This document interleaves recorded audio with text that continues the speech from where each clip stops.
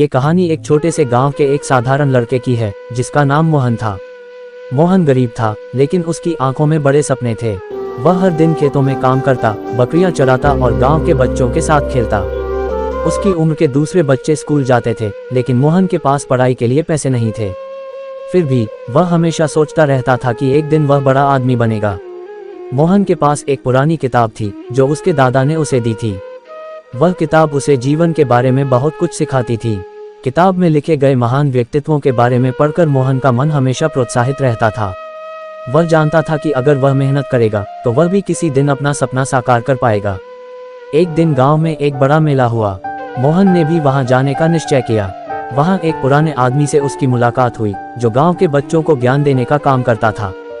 उस आदमी ने मोहन से कहा, तुम्हारे पास बहुत संभावनाएं हैं, लेकिन तुम्हें अपनी मेहनत और लगन से अपने सपनों की ओर बढ़ना होगा। मोहन ने उसकी बातों को ध्यान से सुना और ये ठान लिया कि वह कुछ बड़ा करेगा। अब उसने खेतों में काम करने के साथ साथ किताबें पढ़नी शुरू कर दी। धीरे धीरे उसकी मेहनत रंग लाई। उसने अपनी पढ़ाई पूरी की और एक दिन वह गांव का सबसे बड़ा शिक्षक बन गया। मोहन की कहानी हमें ये सिखाती है कि मेहनत और समर्पण से कोई भी सपना पूरा हो सकता है।